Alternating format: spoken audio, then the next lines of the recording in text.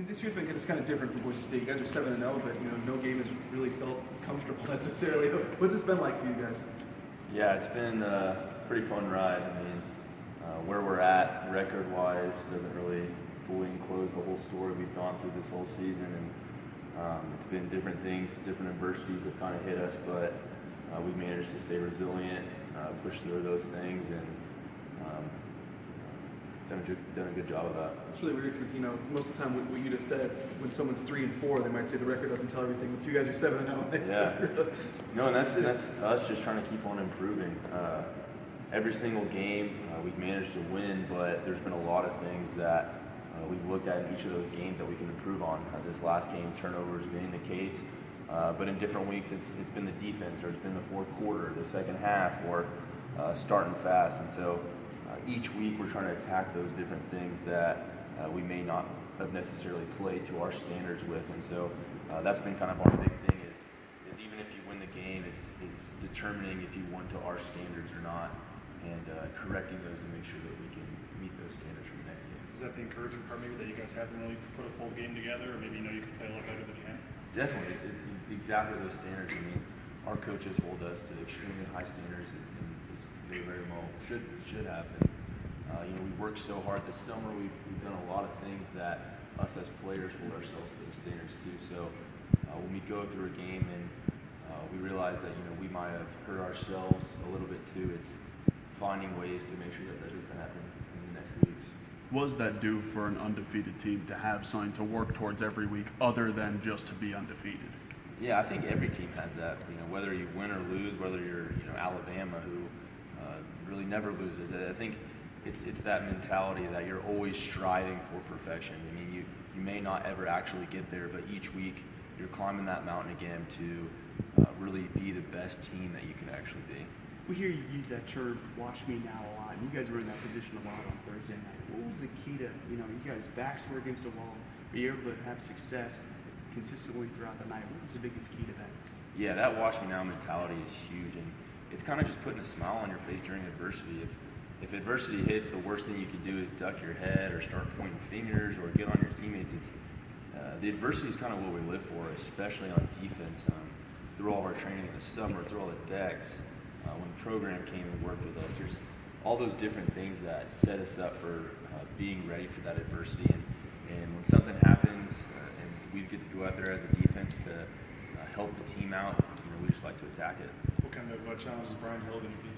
Yeah, he's an incredible running back, and he's got an incredible O-line in front of him as well. A lot of guys coming back, big O-line. They run that gap scheme extremely well, and we're going to do everything we can to hold them to less than we can get. I think last year you only had like 76 or something against you guys. What did you guys do last year, if you remember, that they were able to slow him down a little bit? Yeah, just played a really good team defense. I mean, he's a great running back that takes more than one guy to tackle. So when you get there, we've all got to wrap up and have a few guys in there to come and tackle. I was watching the Wyoming game, and one of the things they said was that Hill is so good at allowing the blocks to develop in front of him. How do you, as a defense, work to not let him get those blocks developed or get to that play earlier? It's just attacking it. As a defense, when we see something, we've got to go and fly around and like I was just saying, have a few guys to the ball. He's very good at, like you said, letting those things develop and he'll hide behind some of those O-line guys and wait for just 6 inches, 12 inches a foot to open up for him to just slide right through. And so it's us really attacking those things, knowing where they want to go and getting there before he does. Going back to the BYU game a little bit, you had offense had a long drive. It seemed like you guys were out of the field quite a bit. How much did that help you guys, regain some rest on the sidelines? Well, I mean, the offense is doing good. It just brings confidence to the whole team in general. Same with when the defense is doing good. It's that whole team camaraderie thing. So if we see the offense out there making a drive, it gives us that extra spark that we want to go out there, get a 3-and-out, get a turnover, do something big to get them back the ball again. Because when they're rolling and our offense is rolling, they're a hard offense to stop. And then on the blocked field goal, were you aware of the rule that BYU was going to get the ball back in a couple more chances? And how appropriate was it that the final part of the game came down to the defense? Yeah, I mean, the situation's different than the rule. I think if you were to ask many of the players right now, if we knew we had to go back on the field, I think they would know. But in that situation, when you block it and you think you're winning the game, I would speak for myself, the players, and some of the coaches I know thought the game was over. But it was a situation that provided more adversity. When we blocked it, they get it right back, and we have to control our emotions a little bit and be ready to go out there and play 2 plays because they still had an opportunity to win the game. As a linebacker in a matchup like this where they want to run it down you guys' throats, how fun is it for you doing that? This is big on your unit and trying to stop that and then happening.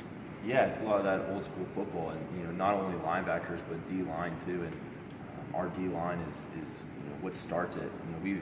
We play off of them, and we're nothing without our defensive line. And they've been playing incredible this year, and expect them to do as well this game. What's impressed you most about your own defense this year? I mean, you guys haven't gotten turnovers, but yet it seems time and time again, whenever your back's against the wall, you guys have stepped up. Yeah, it's extremely that. I mean, the resilience, I think, of not only the defense but the team to battle through adversity, and when adversity hits, just attack it has been huge for us this season. You're a senior, not your first time playing in Laramie. Thoughts on playing in that elevation? Yeah, I mean, I don't know if the elevation is something too different. Living here in Boise, we have elevation. If you're coming from Houston, where I'm from, and you're at 0, and then you go up there, I think you'll notice quite a bit of difference. And but we're not going and practicing up a Table Rock or anything to get ready for it. Wyoming in general, I mean, when the schedule came out, people probably said, oh, they get through BYU, then it kind of the easy part kind of comes. But Wyoming, all of a sudden, it's become a pretty big game. I mean, they're 3-0 too. I mean, how do you look at this matchup? And it's a pretty big game for the division here. Yeah, I mean, every game is a big game. It's college football. At any point, any team can beat anybody, and if you do not treat your preparation like that, you will lose to any team. That's how we look at it.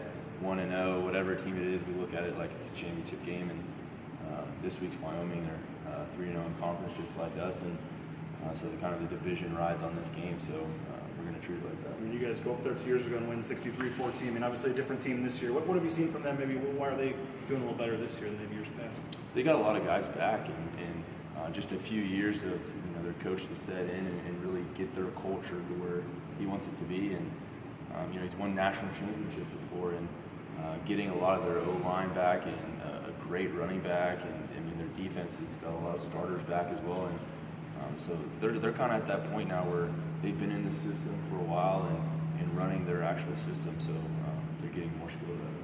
Why is Andy Evans been such a good DC for you guys? And maybe with that, I mean, what changes did he kind of institute that might have been different years past for you guys? Yeah, I mean, he's an incredible coach, motivator. He brings a lot of passion, not only in the classroom and the film room, but on the field as well. He expects excellence from each and every one of us, and the standards that he has is huge.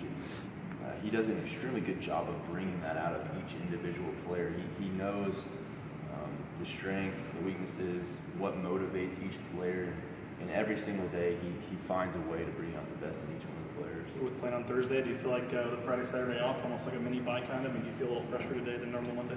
Yeah, it's been nice. It's not only physically but mentally, it's extremely good to get those days off and just enjoy college football and watch it, or go out and ride on the Greenbelt, or just enjoy the days, especially after a week like we had going from Saturday to Thursday, where post-game you're already thinking about the next week. It's not that usual 24 hours of enjoyment rule that we have. So after that, the physicalness of it, but especially the mental part of it, it was really big for us. All right, guys.